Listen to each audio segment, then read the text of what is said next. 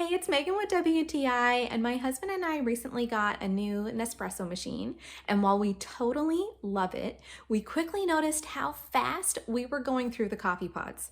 So something that has been super handy to help me to make use of those discarded pods has been these CAPMESSO aluminum foil lids. These are really fast and easy to use and are super effective. All I have to do is remove the foil from the discarded pod and empty out the coffee. Once it's all cleaned up, I just fill it up with my own ground coffee. I even it out and pat it down and make sure that the edges are clean. The aluminum foil lid fits absolutely perfectly over the pod. The adhesive around the edge of the lid ensures a good, tight seal. I put the pod in the Nespresso machine, and I have to admit I did have a moment where I was feeling like, is the machine going to know? Is this going to work? Is coffee really going to come out?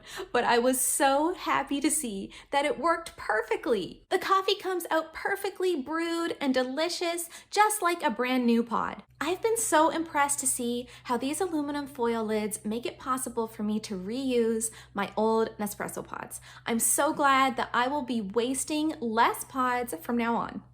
And that's my point of view.